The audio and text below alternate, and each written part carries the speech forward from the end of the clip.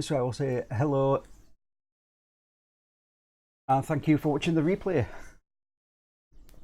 Right, I'll try and get as comfortable as possible. Right, okay, so just a few quick notes that I'm gonna go through. Right, the first one is you will have to excuse me quite a bit because I'm constantly going to be looking at my monitors, which are here and underneath the camera here. And I'm also going to be looking at my phone, which is down here, just to see how the stream's going. And from where I'm sitting, the stream is going terrible. Let me just check that this is actually public. Private. I don't want it to be private, I want it to be public.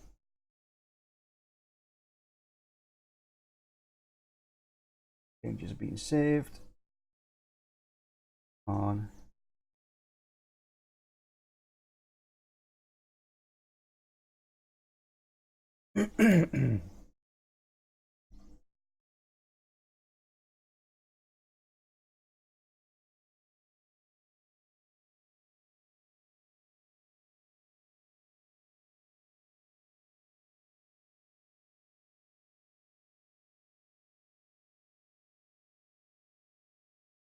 Right, so I've got to restart it again. Stop streaming. Yes.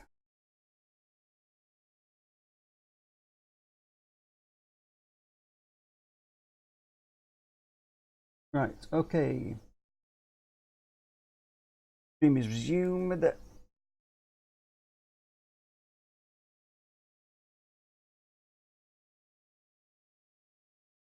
Stream is continuing. Right, so this should be public.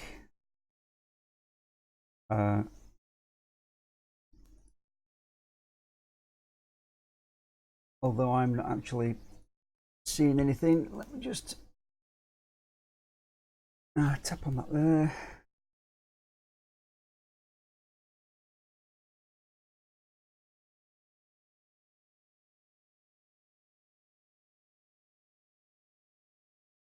Live stream health is not showing up. One person watching, that could be me. Right, okay, well, it looks like I am actually live. Only 13 minutes late. That between friends. We are friends, right? Good. Right, okay. So I'm basically going to start again. Apologies if you are that one person who has been watching. It's possibly me on my phone, I'm not sure. We have Kenny. Hello, Kenny. And Bobby Cam. Okay, so hello to you both. Right. So what I'm going to do is I'm just going to start from the beginning. Might as well make it an even 15 minutes late. Right. So, like I said at the start, when it was actually set to a private stream, you're going to have to excuse me because I'm going to be constantly looking at my main monitor over here, my monitor, secondary monitor under the camera, my phone, which is down here, just to see how the live stream is going, or in my case, just to see how fast the buffer circling thing is going. But most of the time, hopefully, I'll be looking at the camera. Right.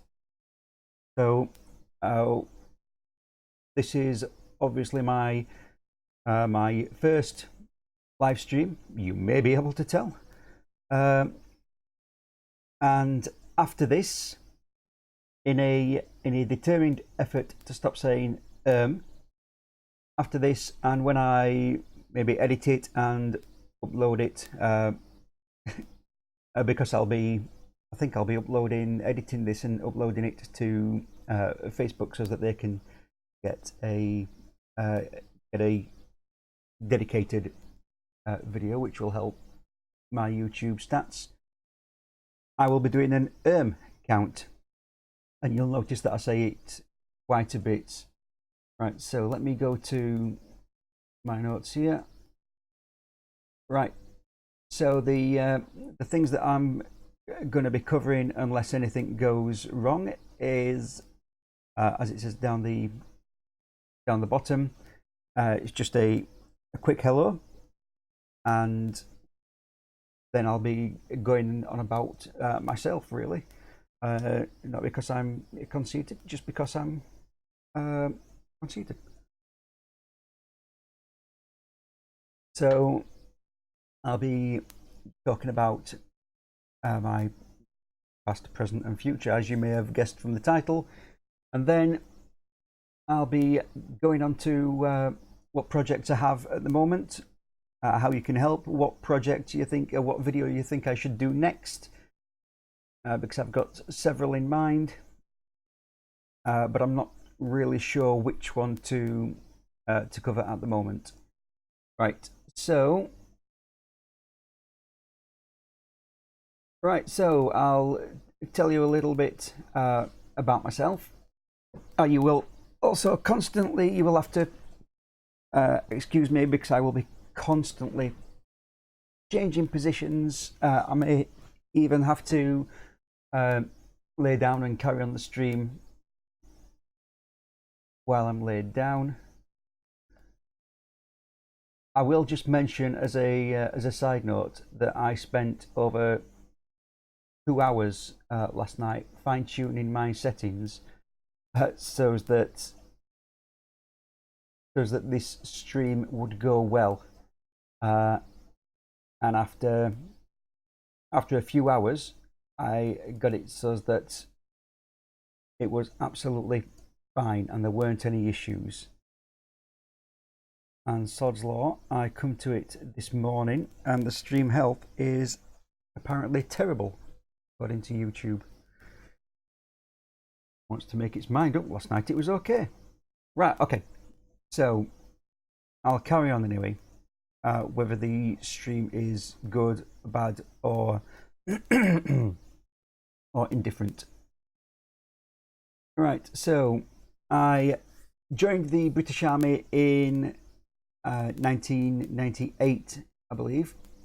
But while I was on an assault course in the year 2000, I had an accident while I was diving underneath a cargo net, and the main problem then was I dislocated my shoulder, which was very painful. And then I suffered, from then onwards, I suffered with constant back problems. Right, stream health is apparently okay. Okay, cool. As you said, the stream seems fine. Right. Okay, yeah. So I struggled with constant back problems, but the British Army being what the British Army is, I was quite often just pumped full of medication.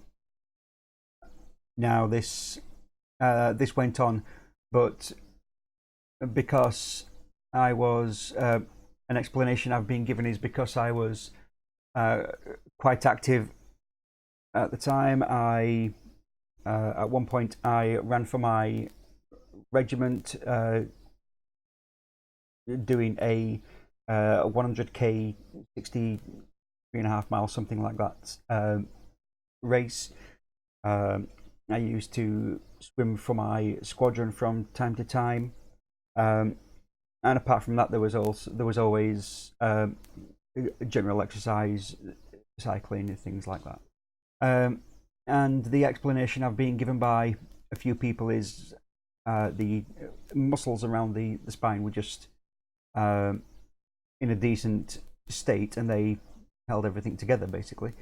Now, it got to the point as my career progressed, it got to the point where after, let's say, about 2006, my back started to get really, really bad. And when I was on my tour of Afghanistan in 2006, I had an idea for a business, and if I wanted to set that business up, I would have been better off leaving then. So I gave my 1 year's notice. A year later, I left, started the business. The business actually failed because I'm a terrible businessman. I much prefer doing the work than doing the admin.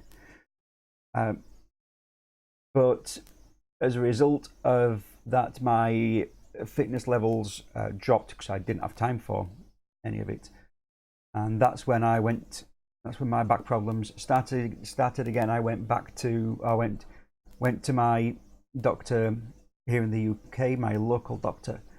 He sent me for all sorts of tests, and we discovered that during my accident in 2000, I actually broke 3 bones in my back, around the L4, L5 area, if anybody's familiar with that.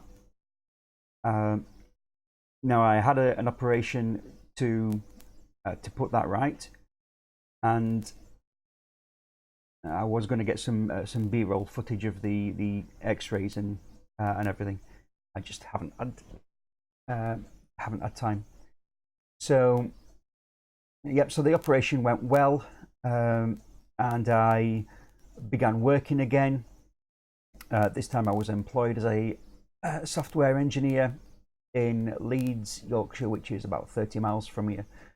So I commuted there every day, and everything was going fine. After the required amount of time prescribed by the surgeon, I went swimming every day for a month. That was going okay. So I started, well, I wanted to start jogging. So I did a couple of really slow, really gentle jogs. Within a week, I was off sick. Within 2 weeks, I was laid up in bed. Within 2 months, it was obvious that I wasn't going to return to work anytime soon. I was on long-term sick, basically unable to get out of bed quite a bit of the time, or get off the bed, should I say. So I then, basically, it was a 1 year contract that I had, just to see how things went. Now, obviously, if somebody's off for 6 months, the latter 6 months of a 1 year contract, then that contract isn't going to be extended. So I lost that job. I managed to go into freelance web developing. That went well because I purchased an over-the-bed desk, which is what I'm using now, and several other things, which basically meant that even though I was laid on my back for quite a bit of the time, I could use the over-the-bed desk and a monitor arm that sort of tilts like that. So basically, I could then, and sometimes still can, work while I'm laid on my back, which was quite good. My hobby was web developing, mainly in PHP, JavaScript, that sort of thing, and it went well. It's something that I enjoyed doing. It's something that I could turn into a job, and it's something that that allowed me to carry on working, which was awesome. Unfortunately, all the time my fitness levels are dropping and dropping and dropping. The back got worse and worse and worse, and it got to the point a few months later where I basically I couldn't keep my concentration up, which is absolutely terrible for any sort of software engineer, anybody who messes with code, because it takes you about an hour to to get into it, and then you can't be breaking your stream all the time and doing different things or losing your concentration. It doesn't not very conducive to a healthy coding environment. So that fell by the wayside, and I couldn't carry on with that anymore. Then I had a fight to get on to sickness, stroke, disability benefits here in the UK, and as it is now, I'm now on several disability benefits. I receive a small war pension from the British Army.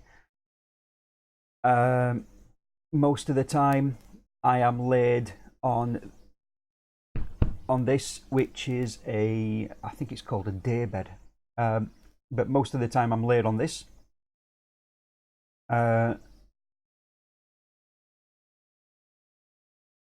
B12 levels. I will have a search on the internet after this. No idea what they are or what that is. They are, as it's B12 levels. Yep. So I will do. Thanks. I'll have a look at what B12s are, and I will look into it. But I will say that I've gone through all sorts. I've tried acupuncture, loads of physio, loads of other treatments. I've gone back for CAT scans and MRI scans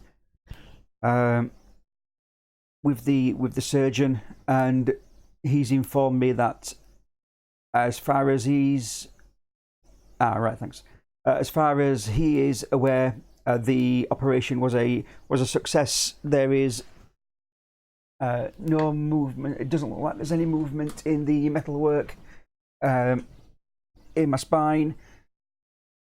There is healthy bone growth around the metalwork, so that's all going well. But he did tell me before the operation that there was only a 50% chance that it would stop all the pains, all the shooting pains in my back and my legs and everything else.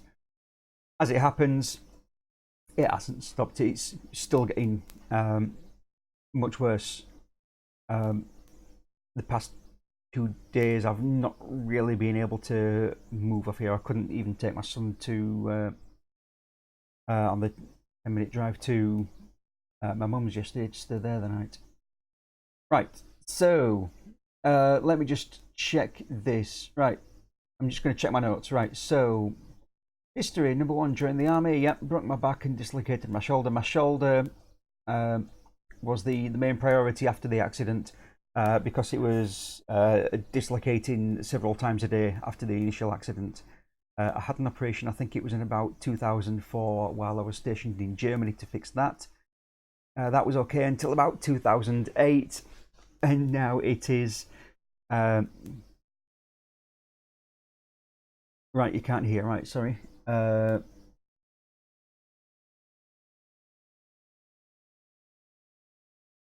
I can't really pronounce your name. Aranta? Okay, right, so... let me see if I can just increase these audio levels. I'm actually not sure I can at the moment. Right, this microphone is actually normally... I should look down. It's actually... I'll put this up here. Right, hopefully that, and I'll try and talk a little bit louder. So if that gets too loud for people, then let me know. Right, yeah. So I had an operation to fix my shoulder, and that went well. It now dislocates a couple of times a day. at least. Well, it doesn't actually dislocate, it subluxes. So, yes, Kenny. So basically, the shoulder comes out of its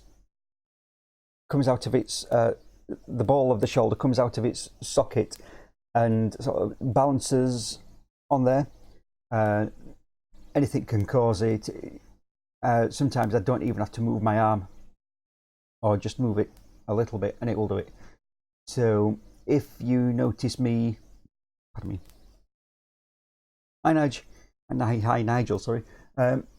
If you notice me giving out a yelp, it could be my back or it could be my shoulder. You'll normally notice if it's my shoulder, because I will normally move it in some way or try and grab it. Right, okay, constant, yep. Operational tour wise, while I was in the army, I did 3 tours of Iraq. The first one I can't talk about too much. I was in charge of a between a 4-man and an 8-man team, normally a 4-man team, and we were out in the middle of nowhere. But that one I can't really talk about. My second tour of Iraq was with I think it was 1 para, the 1st Parachute Regiment, up in a place called Al Amara in Iraq. My third tour was cuckoo clock, pardon that. My third tour was part of bomb disposal unit, and not thanks to, but because of the first tour and the third tour of Iraq, I now also suffer with PTSD. There are a lot of things on TV that I can't watch, and a lot of things set the PTSD off. Most of them I can't predict, if you like. It could be anything, just a single word, or a single smell, or anything that sets it off, and from there it's a crap day. Right, okay, so and in 2005-2006 I went to Afghanistan. Now, my tour of Afghanistan was a dream compared to other people's. I was basically in charge of the communications out of the main headquarters in Kabul. I was in charge of a 5-meter satellite dish, basically. Easy work compared to everybody else that was out there. Right, okay, I left the army, yep, 2008, I've covered that. Found out that I was a very bad businessman. Yep, I've told you about that. I'm not a good businessman. I don't like doing admin. I much prefer just doing work. Turn my hobby into a career. Doctors, broken back. Yep, software engineer, off sick, acupuncture and everything else. PTSD. Okay, right. So why have I started Hascasts? Well, my hobby is now home automation, as well as still dabbling in web development and software engineer and things like that. So, yep. So I wanted to do something that would, in time, allow me to get off of disability benefits. It's demoralising being on benefits and having to rely on the state to support you. I mean, admittedly, they don't actually give me that much. My wife is a teacher. She works and she supports the family. Right. And she's currently out doing a private tutoring job at the moment. So, yep. So I wanted to start something that would, in time, allow me to get off of disability benefits and have the dignity and the allow me the self-esteem of working and earning my own money. So I looked at the options. What could I do while I was laid on my back. Now, I can't keep up the concentration to do massive coding projects anymore. So web development and software engineering is out of the question, because I can't keep up with deadlines. I can't work to deadlines because I never know when I'm going to be able to concentrate on the code enough to work. So then I came up with the idea of YouTube. Had a look on YouTube, had a look on a few channels just to see what was available, what I could do, and I thought, why not turn my hobby of home automation and try and turn that into some sort of channel, some sort of YouTube channel, sorry. So my weapon of choice, if you like, is Home Assistant. I think it's, at the time, and probably still is, for me, the best home automation sort of framework, whatever you want to call it, out there.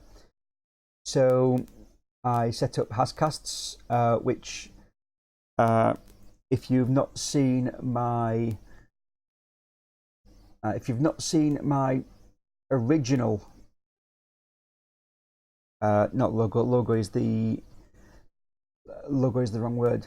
My original stinger, if you like, introduction. That's it. It basically in 3 lines said Home Assistant webcasts or screencasts or something, and then all the words joined together to make Hascasts. H from home, as from assistant, and obviously casts. So stick with that. Now then, on to how this is going to allow me to get off of disability benefits. As not sure how you pronounce it, Gartech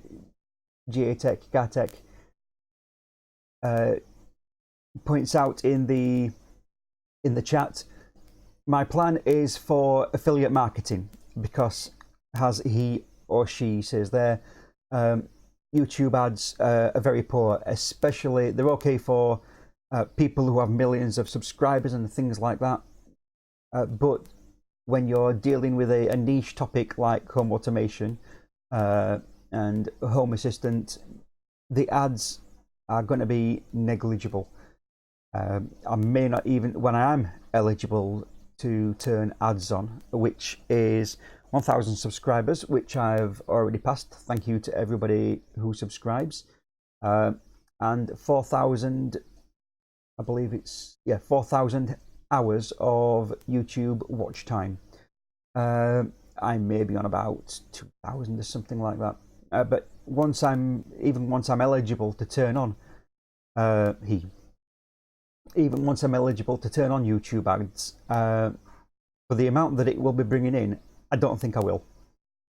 What I want to do is I want to rely on affiliate marketing. So a bit later in the stream, when I ask for advice, when I ask for your opinions on which projects I should do next, one of the options is a review of this. Let's see if I can, there it is, the Sonoff S20 smart socket. Now, obviously the socket part itself will be different, but I've tried working with it a bit, and so far it's very good. The only thing I haven't done yet is I haven't flashed it with Tasmota. Once I do that, I'll be able to get the entire review together, and the way that fits into affiliate marketing is I will put a link. I'll do the review of the S20. I'll put a link in the video description underneath the review. Anybody that clicks on that, which will probably go to Amazon, I get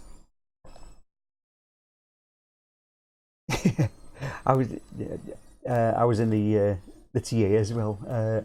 Used to be in the Duke of Boots, Duke of Wellingtons in 1809, I think it was.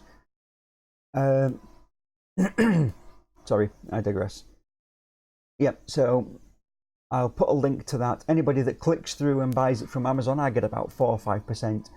But not only that, anybody that clicks through the Amazon link, any items that you purchase from Amazon in the next 24 hours, assume you don't go through anybody else's Amazon links after mine, I still get about, on average, about 4 or 5% of that.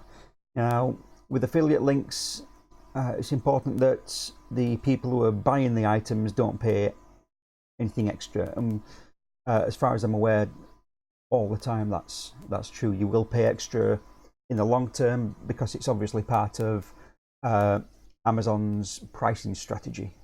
So you would have to pay that whether you went through my link or not. Yeah, so I have affiliate links on Amazon stores in America, UK, Germany, France, Italy, Spain, India, Japan, and I think the only places that I've had sales are UK and US. The weirdest thing that I've had a sale for in the US is gluten-free pasta, which is ironic because I was talking to my wife that morning about gluten-free pasta because she's got a wheat and sort of barley intolerance, all that, so she needs to eat gluten-free. I just found that quite ironic. But there are other companies apart from Amazon that do affiliate marketing. Basically, most companies do. Not most, many companies do. So at the minute, onto another project that you may want to choose. At the minute is my sensor array that I have for the kitchen. Now, it's nowhere near as posh as Bruce. If you've seen Bruce's video on his sensor array, I don't have a 3D printer. I have a paper printer behind the computer, but I don't have a 3D printer. And it's basically a pencil case with reflecting on everything. I can't get there. It's a pencil case with some. At the minute, it's just got some sticky labels stuck on so that I know what the LEDs are for. Inside is a D1 Mini. That way, yep. Inside is a D1 Mini connected to. Oh, I've just pulled my temperature monitor off. I'll have to re-glue that. But yeah, it's got several sensors in it. It connects to my my back door, my kitchen windows, and other things. And the next thing I'm going to be doing is getting some RCA or BNC connectors to connect it that way, because at the minute they're either internal sensors or through an RJ45 socket. And I think most of those items I've got from most of those components I've got from AliExpress, I think it is. Now, I'm not sure whether they have an affiliate program or not, but I reckon they will have. They're a big company. Most of the items actually come from China. No offense to China, but I would rather get them from the UK. However, if I get them from the UK, they might arrive next week, they might arrive tomorrow. However, they're 3 or 4 times more expensive. And on the budget that I'm on, I can't afford that. Even then, my wife went to visit some army friends a few weeks back in the south of England. I couldn't go because I can't leave. There's no way I can travel that far. And while she was away, I thought I will start my next sensor. So I ordered a D1 Mini from Amazon. Estimated delivery date was the next day, and I'm still waiting for it. And that was 26th of July. And basically, they sent me. They only sent me the wrong bit. I had to get in touch with them. The other one is coming from China. And I've had one in the past couple of weeks where I ordered something. Estimated delivery date was a few days. 2 weeks later, I receive a parcel from China with it in. So there's the chances are it's coming from China anyway, and somebody else is getting the profits. So yeah, I'm guessing they have an affiliate marketing program. I know I digressed quite a bit there. So many companies have affiliate marketing programs. If not, there are also sponsorships, and now there are already 3 companies that have shown interest in providing me with items that I can use to make videos. One of those is it's like an equivalent to AliExpress. It has all electronic components. However, they've only given me about $50 US in items to spend. Now, there's not much that I can make from that. If I could get, it's a bit much with, at the time I was less than 1,000 subscribers. If I could get maybe $100, then I could build a better sensor array and create a wish list on their site, link to that wish list, and work it that way. So there are always sponsorships, product deals, things like that. But all that is going to take time. In the meantime, I'll just have to live with disability benefits. The main problem that I have at the moment in this area is, if you've been following Hascasts for any amount of time, then you'll realise that last month I did a quick video while I was laid down for something, but then it was even a month before that, before I did my last serious video. The problem is, especially trying to stand up and shoot them. At the minute, I'm having a bad month, if you like. So I can't stand up for over, say, 10 minutes. And trying to set the lighting up, set the camera up, set everything else up, shoot the video, and then try and get everything else, then produce it, get all the B-roll together. It takes time, and for the past, for the majority of the videos, it's taken me at least 4 shoots before I can get something workable to produce with. So it's taking me so long to do it that way that it's unbelievable. It's not really working.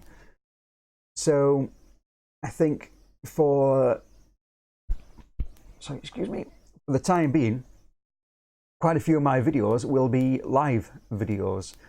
I'll try and do the product reviews live if I can, but with things like the Sonoff S20, I can't do that live because I'll need B-roll of me, which is all the video that you see in the background.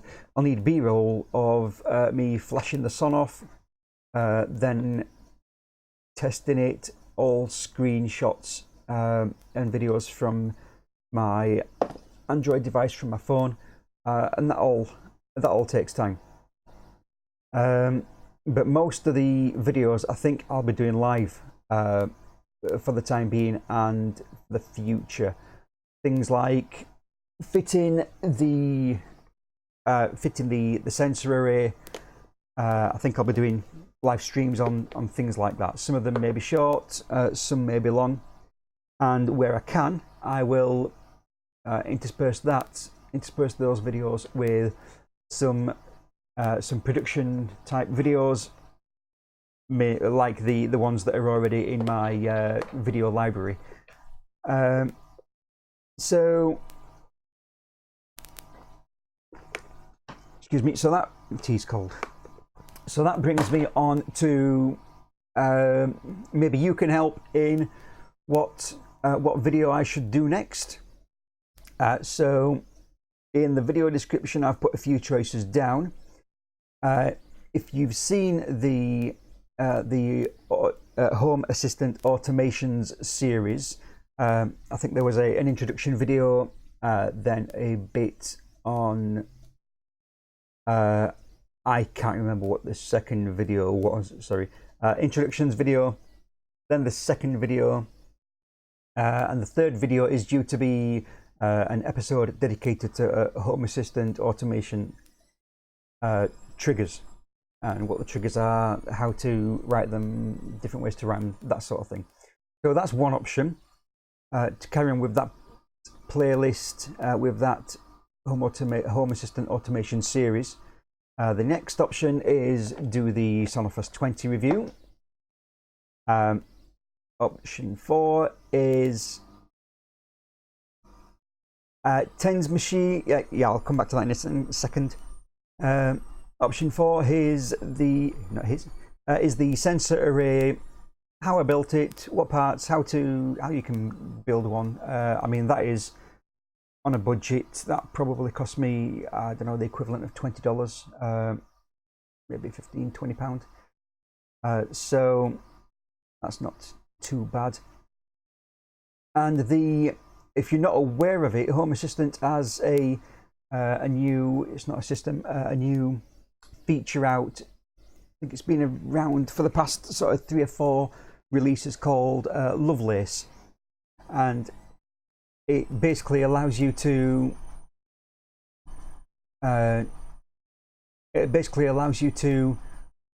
write different, not components, but to write different covers.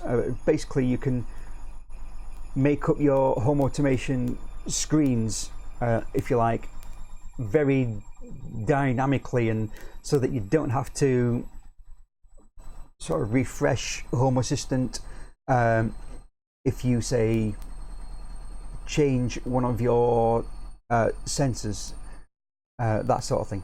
And it has huge potential, especially for me when I get around to it. Especially for me, because one of my tools of choice is a JavaScript library called Vue, Vue.js. Apologies, the washing machine's about to take off in the kitchen. So I can use Vue.js, and I can use basically any JavaScript library that I like to make my components, my sets, my covers, and I can do it that way, and it looks very good. I've not really had time to look into it, but that's one of the options. I could do a Lovelace tutorial, or a series of tutorials, that sort of thing. Node-RED, I think I've got 2 videos on Node-RED at the minute. Now I use Node-RED quite a bit. In fact, I converted all my Home Assistant automations over to Node-RED, and if I need any automations, then I go through Node-RED now instead of using Home Assistant. It may be that I do all the crux of the work inside Node-RED, and then I trigger something, or I use the API to set a state in Home Assistant, that sort of thing. But yeah, that is an option. However, yeah, I'm quite open to other ideas. Now I'll just digress a little bit and go into the comment that about tens machines. Yes, I did used to use tens machines back in about 2004, and it worked quite well. However, another physical problem that I had, I think it was about 2000. What are you in now? It'll have been about 2000, I don't know, 2012 maybe. Basically, I had what we thought was a heart attack, and it wasn't until I was rushed into A&E, and I was on the cardiac ward for a week or so. I went to Northern General Hospital in Sheffield, Northern England, and there they discovered that I have a crossed circuit in between the chambers of my heart. So it's, unfortunately, that means that I can no longer use the TENS machines because they may trigger another episode of it. Otherwise, yes, I would use TENS machines again. Right. So I think that's everything that I wanted to cover. Does anybody have any questions, or is there any ideas that anybody has? Anything that anybody wants to know? My inside leg measurement is 31, I believe. I'm quite a short person. I think I'm 5'6". If I wear high heels. So, yeah. How about you? I really should do what other live streams do, and I'll go, how's your X? How's your Y? Let me know in the comments. Let me know in the chat. Now, I will say that as of recently, you will be able to watch, or you may be watching, this stream on the replay afterwards. And as of a few months ago, I think you can now basically watch the chat as it appeared in the live stream. So, whereas before you couldn't watch it. Now,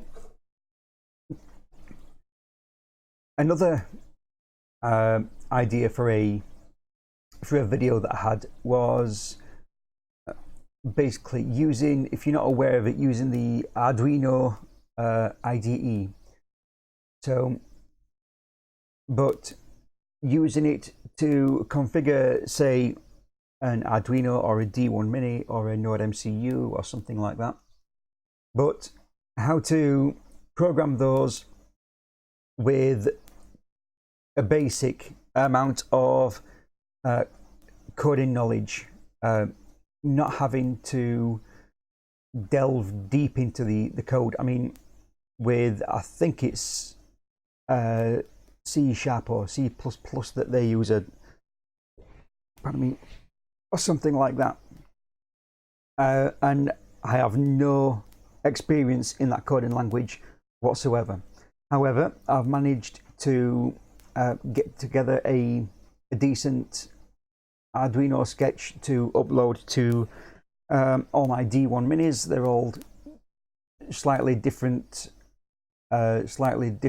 sketches, and they're all from just using the commonalities between the programming languages. So, how do I do logical comparisons, and what is the if statement like? How do I set a variable? That sort of thing.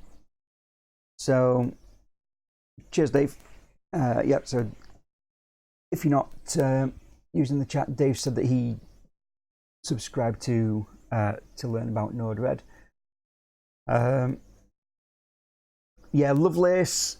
Cheers, Kenny. So Kenny said Node-RED and Lovelace.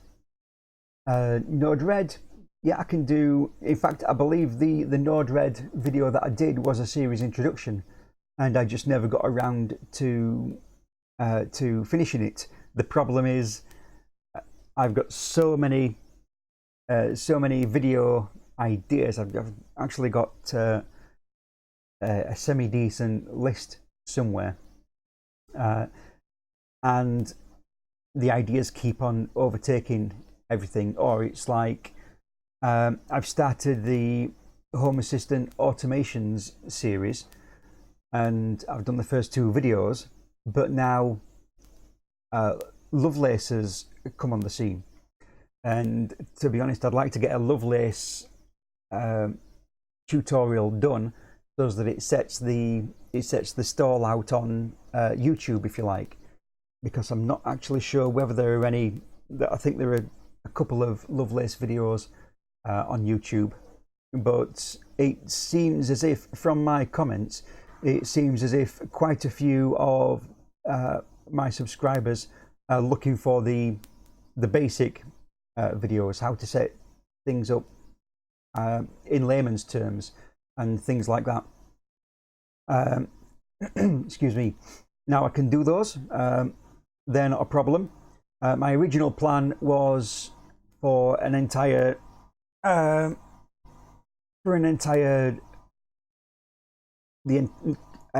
encompassing the entire breadth of tutorials, ranging from beginner all the way up to advanced.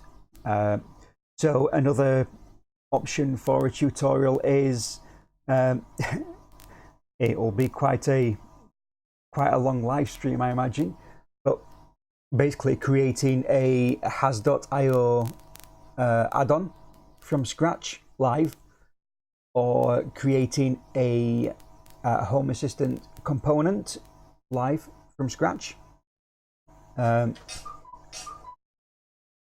time is it? 12 o'clock. Yeah, it would be a live stream. Yeah.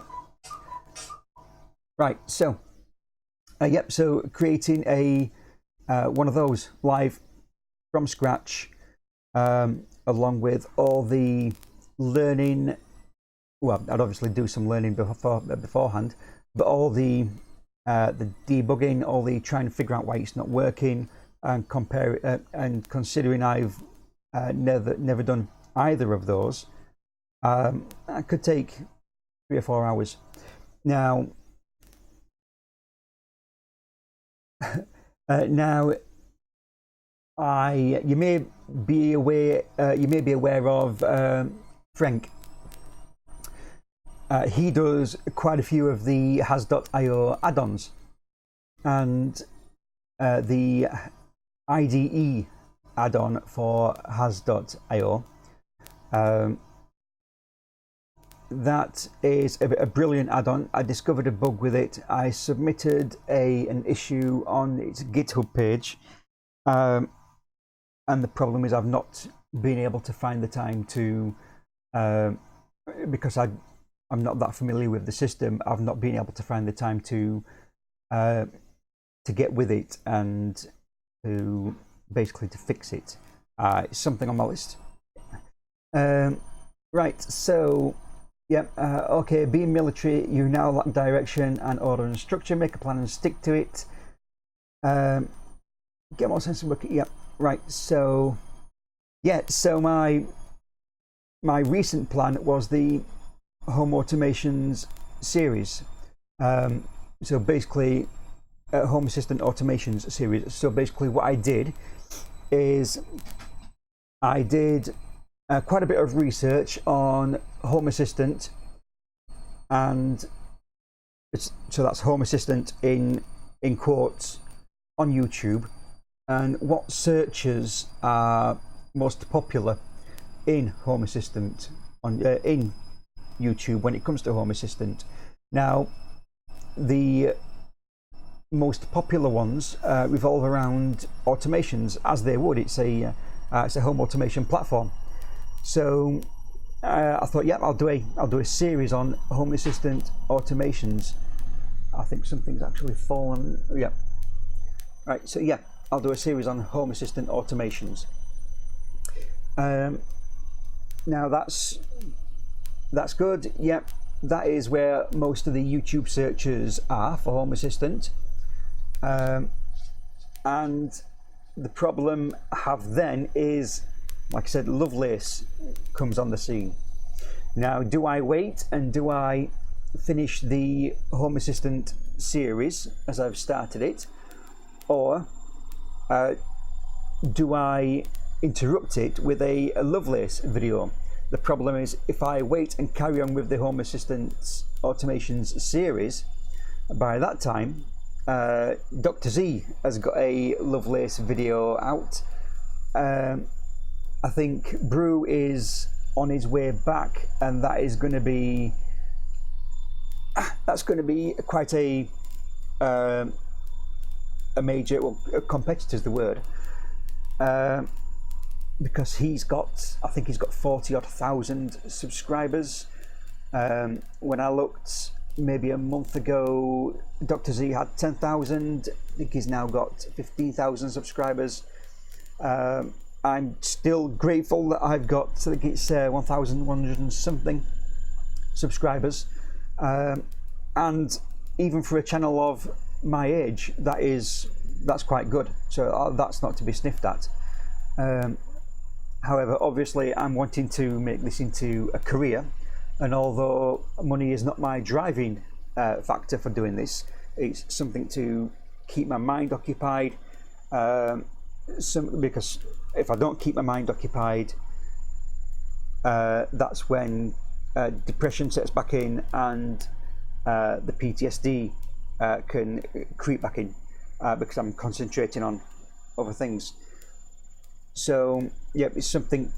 It's money's not the driving factor, but I need to, and I want to set myself up as an authority on Home Assistant. Now, there are many people who are a lot better at Home Assistant than I am. I am by no means an expert. However, I obviously know a lot more than many people. Well, most people. Because most people don't use Home Assistant. Most people don't do home automation. They actually do the old-fashioned thing of actually going up to a light switch and pressing it. Now, for somebody like me, that can cause quite a bit of pain, and just getting off the bed and going over to the light switch, it can set me back several hours. So I don't really do that.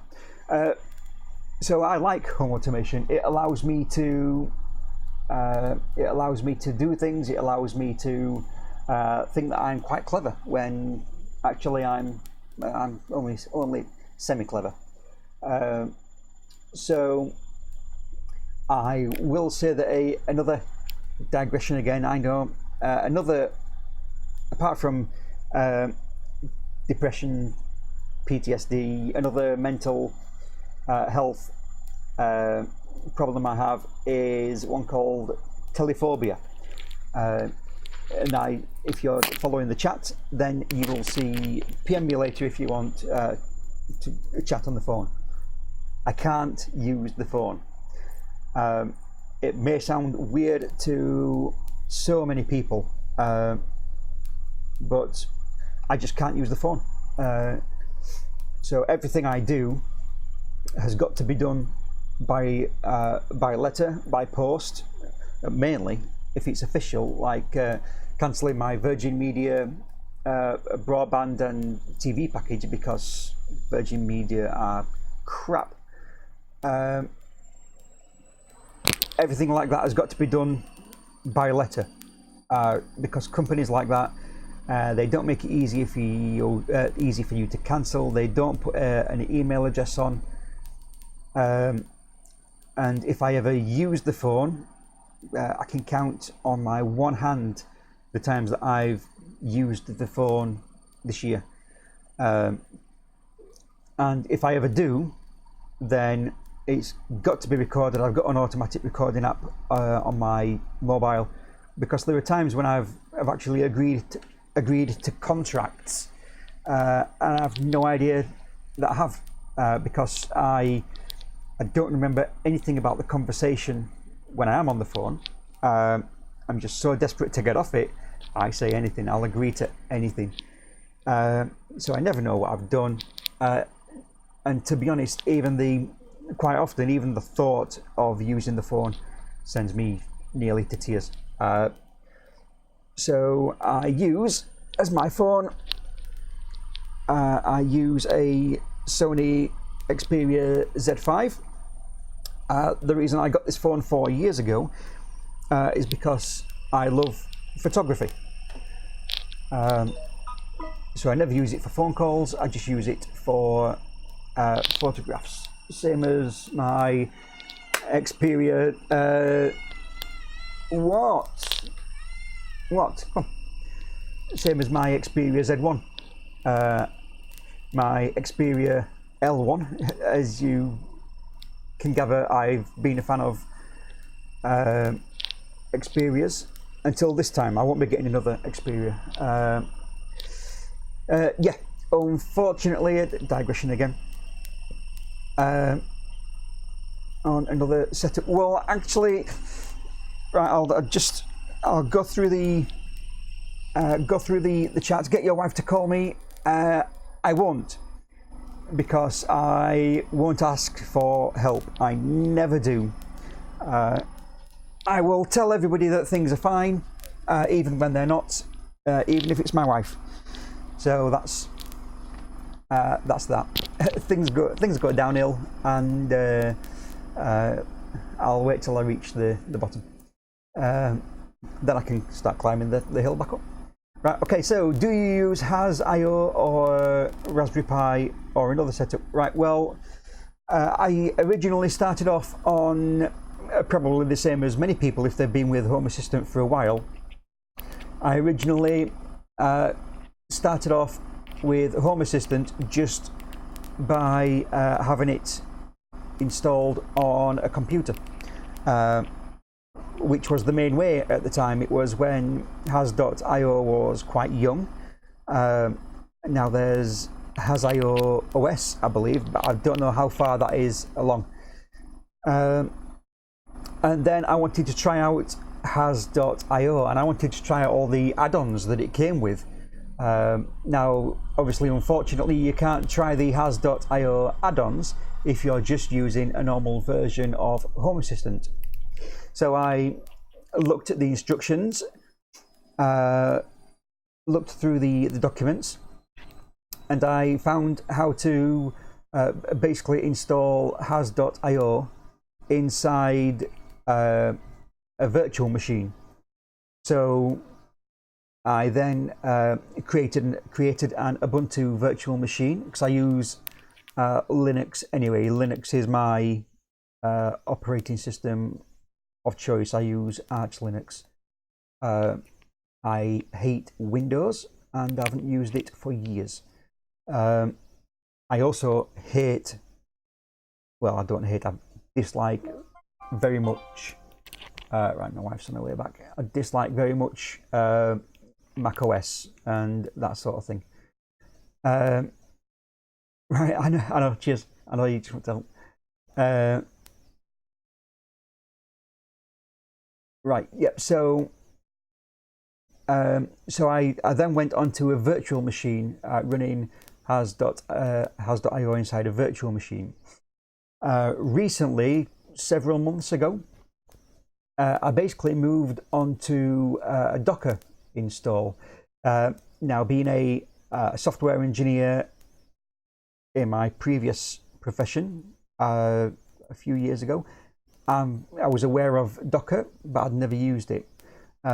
Whereas now I've installed the Docker version of Has.io, and it works well most of the time. I've got all the add-ons.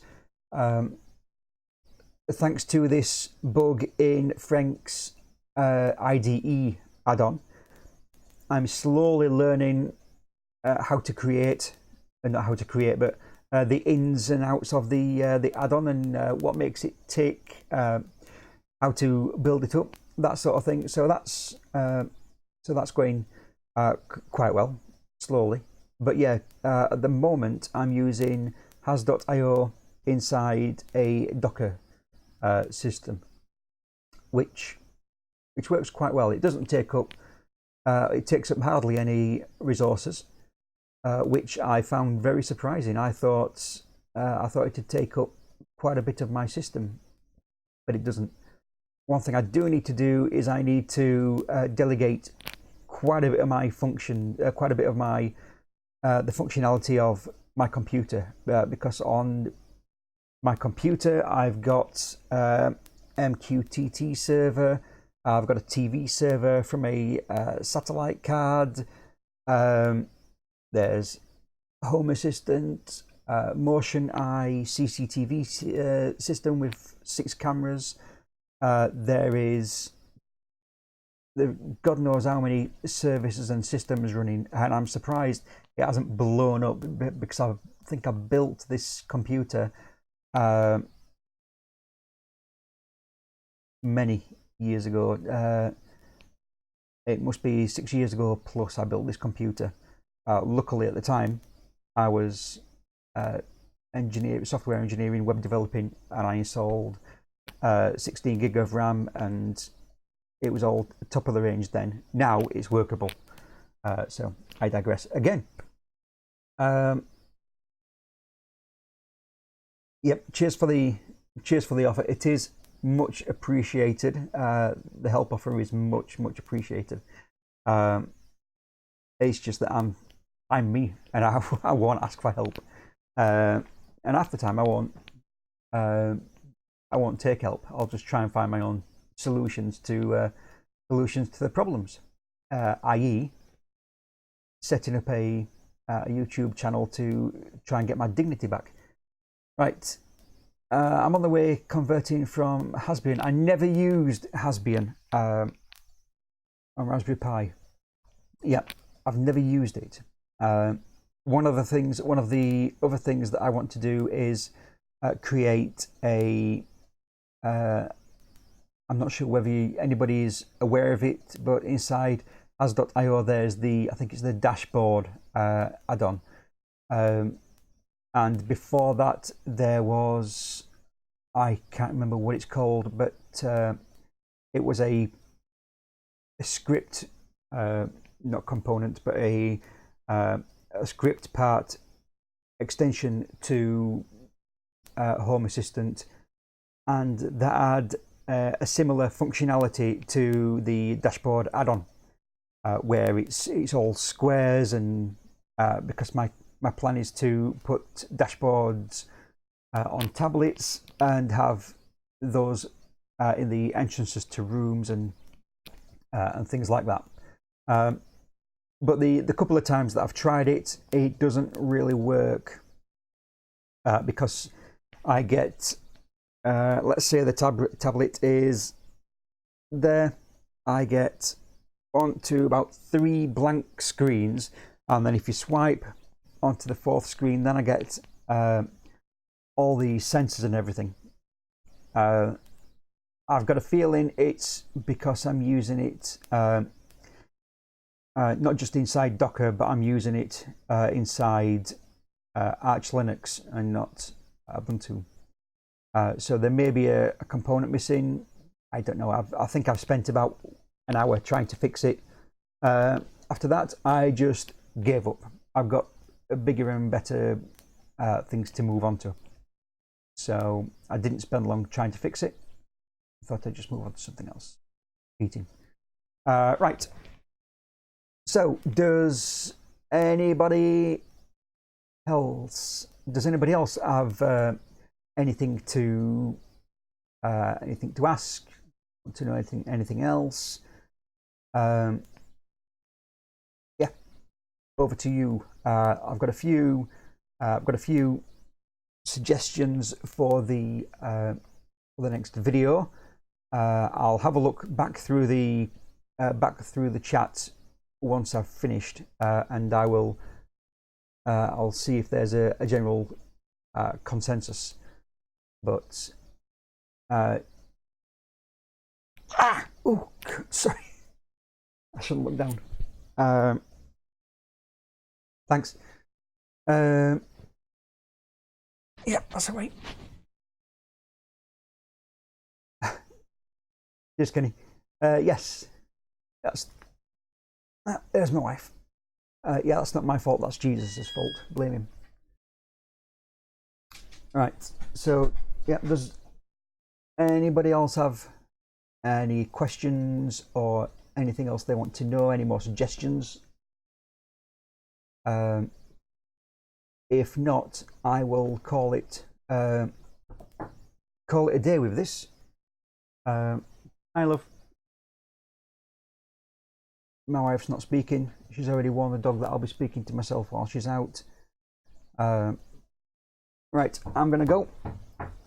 Thanks everybody for watching, and I will see you all on either the next live stream.